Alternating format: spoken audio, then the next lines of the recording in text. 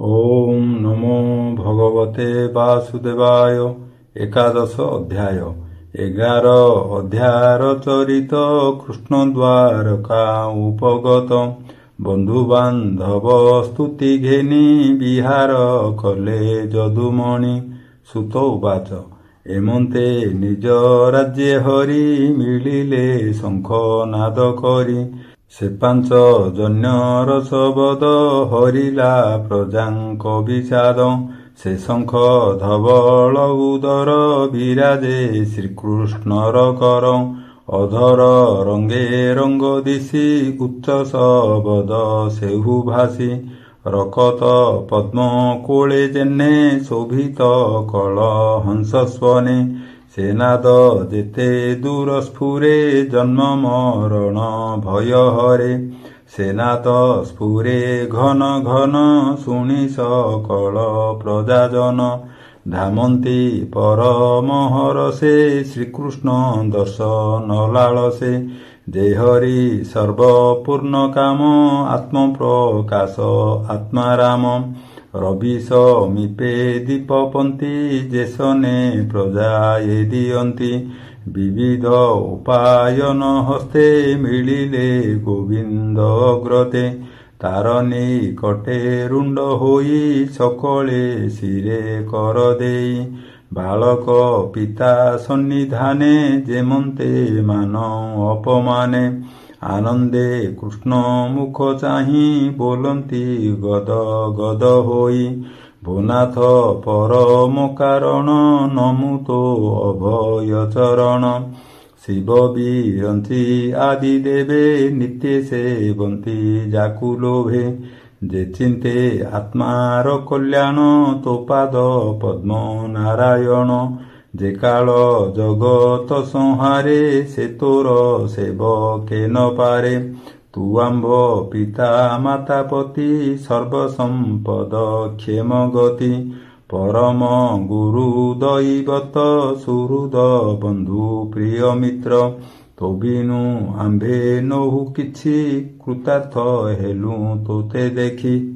अनाथ नाथ तू आम्भर देव मानवे अगोचर। तोर बदन नारायण प्रेम हसित निरीक्षण। से मुख देखु तोर देहे सर्व सौंदर्य जहि रहे। जेबे सुहृद देखिबारे कुरु नगर मधुपुरे। इच्छारे करू तू गमन तोते न देखी आम्भ मन। क्षणक कोटि जुग मणे रजनी दिवस न जाने। कोटि नयन प्राणी बही किकरे रवि जेबे नाही। तोहर प्रसन्न बदन अखिल ताप विमोचन। चिर प्रवासे तान देखी केमन्ते जीव आम्भे रखी। एमंत जन मुखु शुणी आनंद मने चक्रपाणी। अमृत नयने नाई पुरे प्रवेश भावग्राही। जादव सात वंश मिली शबद शुभे कुशस्थली। रक्षित निज तुल्य बळे पाताल जेह्ने नाग बळे। मत्त मातंग अश्वखर रथ सकट बहुतर। पदाति बल अप्रमित धामन्ति वीरे जुथ जुथ। सकल ऋतु पुष्प फले आश्रयी लता द्रुम मेले। पुणी विविध उपवने जले जलज विहंगमे। शोभित द्वारावती पुरी जहि विजये नरहरि। तोरण पुर द्वार मार्गे उच्चे बंधन नाना रंगे। ध्वज पताका चित्र सोहे सूर्य किरण पथे नोहे। मार्जित मार्ग द्वारे द्वारे सिंचा कुसुम गंध नीरे। गृह मानक द्वारे द्वारे दधि अक्षत इक्षु फले। पूर्ण कलश धूप दीप कदली वृक्ष जे आरोपं। कृष्णर आगमन जानी संगते वसुदेव घेनी।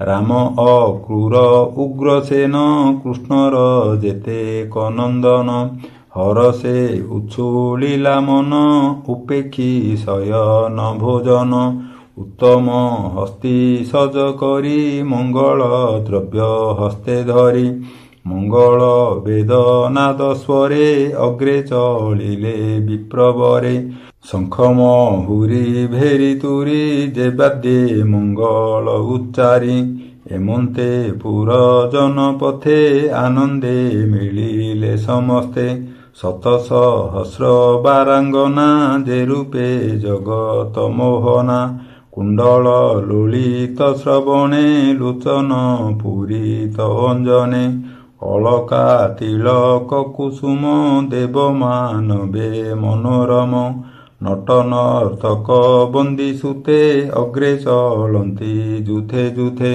କୃଷ୍ଣର ଅଦ୍ଭୁତ ଚରିତ ବର୍ଣ୍ଣନ କରି ନୃତ୍ୟ ଗୀତ ମିଳିଲେ ଗୋବିନ୍ଦର ପାଶେ ସକଳେ ପରମହରସେ ଗୋବିନ୍ଦ ଦେଖି ପୁରଜନ ତକ୍ଷଣେ ଉପେକ୍ଷି ଆସନ ଯେ ହରି ସର୍ବଗୁଣ ନିଧି ବନ୍ଧୁ ପୂଜିଲେ ଯଥାବିଧି କାହାକୁ କଲେ ନମସ୍କାର କାହାକୁ ଧରି କରେ କର କାହାକୁ କଲେ ଆଲିଙ୍ଗନ କାହାକୁ କରନ୍ତି କଲ୍ୟାଣ କାହାକୁ ମନ୍ଦ ହାସେ ଚାହିଁ ଭାବେ ତୋଷିଲେ ଭାବଗ୍ରାହୀ ଆଶ୍ୱାସ କରି ପୁରଜନେ ତୋଷିଲେ ସର୍ବବନ୍ଧୁଗଣେ ଚାଣ୍ଡାଳୁ ବିପ୍ର ଯାଏ ପୂଜା କରି ତୋଷିଲେ ଦେବରାଜା କୁଳ ପୂଜିତ ଜ୍ଞାନ ବୃଦ୍ଧ କୃଷ୍ଣଙ୍କୁ କଲେ ଆଶୀର୍ବାଦ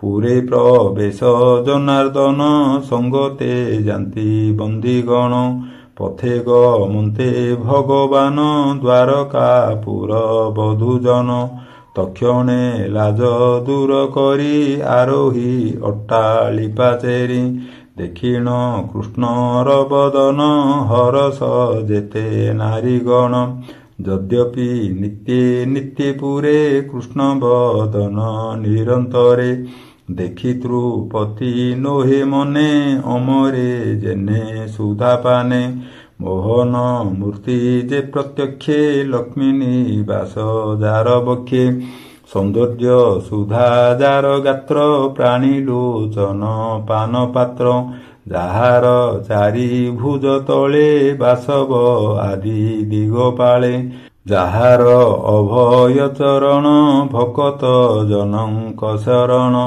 ଧବଳ ଛତ୍ର କେବା ଧରେ କେବା ଚାମର ବିଞ୍ଚେ ଧୀରେ ଜୟସ ବଦ କେ କରନ୍ତି କେବା କୁସୁମ ବରସନ୍ତି ପଥେ ଗୋବିନ୍ଦ ତନୁ ଶୋଭା କିବା ଉପମା ତାରେ ଦେବା ପିତବସନ ବନମାଳ ଶ୍ରବଣେ ମକର କୁଣ୍ଡଳ ପିସଙ୍ଗ ବସ୍ତ୍ର ମଧ୍ୟ ଭାଗେ ଯେହ୍ନେ ବିଜୁଳି ନୀଳ ମେଘେ ରବିଶ ସାଙ୍କ ଶକ୍ର ଚାପ ସ୍ୱଭାବେ ଘନ ନୀଳ ରୂପ ପୁରେ ପସନ୍ତେ ବ୍ରହ୍ମରାଶି ତକ୍ଷଣେ ମାତୃଗଣେ ଆସି ଆନନ୍ଦେ କରି ଆଲିଙ୍ଗନ କୃଷ୍ଣଙ୍କୁ କରନ୍ତି କଲ୍ୟାଣ ଦେବକୀ ଆଦି ସପ୍ତ ନାରୀ ଚରଣେ ନମିଲେ ମୁରାରି ସକଳ ମାତୃଗଣେ ମିଳି କୋଳେ ବସାଇ ବନମାଳି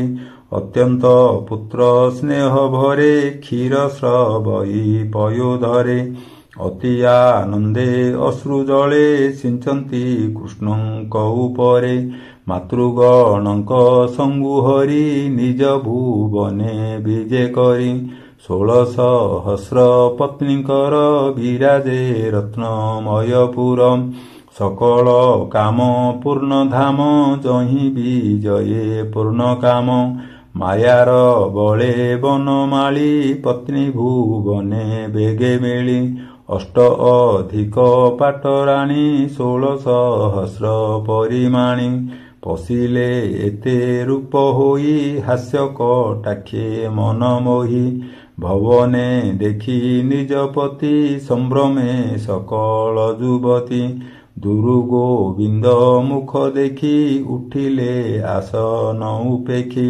କିୟ ବା ଦେବା ପଟାନ୍ତର ଚକୋରେ ଜେହ୍ନେ ନିଶା କର।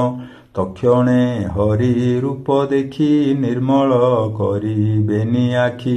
ଅନ୍ତରେ ସ୍ୱାମୀ ରୂପ ଧରି ନିବିଡ଼େ ଆଲିଙ୍ଗନ କରି। ପୁଣି କୃଷ୍ଣର ପାଶେ ମିଳି ପୁତ୍ରାଦି ଦ୍ୱାରା କୋଳ କରି। ସ୍ୱଭାବେ ସଲଜ୍ଜ ବଦନ ଲୋତକେ ପୂରିତ ନୟନ। ନିତ୍ୟ ହେଁ ପାଇଲେ ଏକାନ୍ତେ ତଥାପି କୃଷ୍ଣ ପାଦଗତେ। ଅତି ବିରତି ନବ ନବ ସ୍ୱାମୀ ଚରଣେ କଲେ ଭାବ। ପାଦ ପଦ୍ମରେ ସେବା କଲେ କି ତାହା ଛାଡ଼ି ପାରେ ଭଲେ। ଯେ ଲକ୍ଷ୍ମୀ ସ୍ୱଭାବେ ଚଞ୍ଚଳ ନ ଛାଡ଼େ ତା ପାଦ କମଳ। ଏହି ପ୍ରକାରେ ନରହରି ଛଳେ ଧରଣୀ ଭାରା ହରି। ଦଶ ଅୟୁତ ରାଜା ଗଣେ ଉଭାରି ସଂଘାରିଲେ ରଣେ। କଳି ଭିଆଇ ଅନ୍ୟ ଅନ୍ୟେ ବାୟୁ ଯେ ସନେ ବେଣୁ ବନେ। ସ୍ୱମାୟା ବଳେ ନରହରି ମନୁଷ୍ୟ ଦେହେ ଅବତରି। ଅଜ୍ଞାନୀ ଜେହ୍ନେ ଗୃହେ ଥାଇ ବଞ୍ଚେ ଶରୀର ବଶ ହୋଇ। ପତ୍ନୀର ଭାବ ପ୍ରେମ ରଙ୍ଗେ ଯନ୍ତ୍ରିତ ମୋହ ନ ନଙ୍ଗେ। କୃଷ୍ଣର ଯେତେ ନାରୀଗଣ ସୁନ୍ଦରେ ମୋହନ୍ତି ମଦନ। ସ୍ୱଭାବେ ପ୍ରେମ ମନ୍ଦ ହାସେ ନିତ୍ୟ ସେବନ୍ତି କୃଷ୍ଣ ପାଶେ। ବିବିଧ ଆଲିଙ୍ଗନ ଦେଇ ତା ମନ ନ ପାରିଲେ ମୋହି। କାହୁଁ ପାରିବେ ବଶ କରି ନିର୍ଲେପ ପ୍ରଭୁ ନରହରି। ଏ ଜୀବ ଲୋକ କାହୁଁ ଜାଣେ ଆପଣା ତୁଲ୍ୟ କରି ମଣେ। ସେ ହରି ଚରଣ କମଳେ ସୁଜନେ ଚିନ୍ତ ଧ୍ୟାନ ବଳେ। କହଇ ବିପ୍ର ଜଗନ୍ନାଥ ପ୍ରଥମ ସ୍କନ୍ଧେ ଭାଗବତ। ଇତି ଶ୍ରୀମଦ୍ଭାଗବତେ ମହାପୁରାଣେ ପାରମହଂସ୍ୟାଂ ସଂହିତାୟାଂ ପ୍ରଥମ ସ୍କନ୍ଧେ ନମିଷୋପାଖ୍ୟାନେ ଶ୍ରୀକୃଷ୍ଣ ଦ୍ୱାରକା ପ୍ରବେଶो ନାମ ଏକାଦଶୋऽଧ୍ୟାୟः। ଶ୍ରୀକୃଷ୍ଣଂ ସମର୍ପଣମस्तु। ଓಂ ନମୋ ଭଗବତେ ବାସୁଦେବାୟ।